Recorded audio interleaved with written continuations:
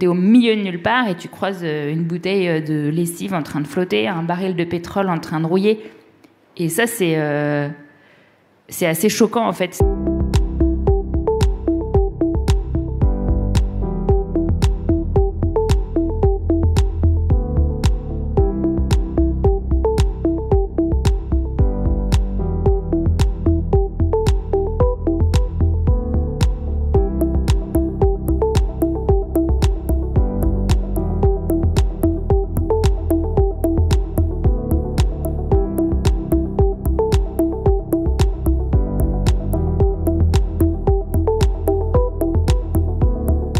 À la fois, on se sent un peu perdu au milieu de nulle part dans l'immensité des éléments. Quand on est au milieu du Pacifique, pas loin du point Nemo, on se demande un peu ce qu'on fait là et on se rend compte à quel point la nature est énorme et puissante et sublime et qu'elle peut nous écraser d'un instant à l'autre.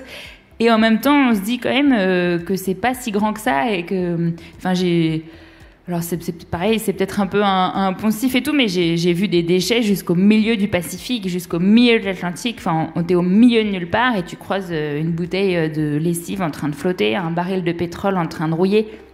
Et ça, c'est assez choquant en fait. Tu vois aucun signe de civilisation pendant 3 mois, sauf ça.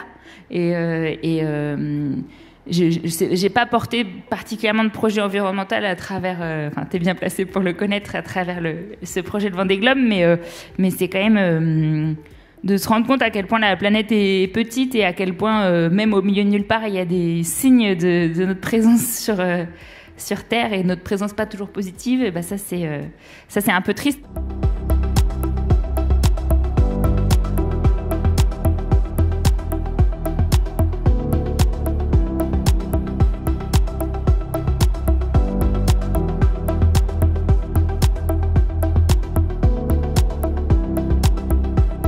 J'ai été émerveillée à chaque instant.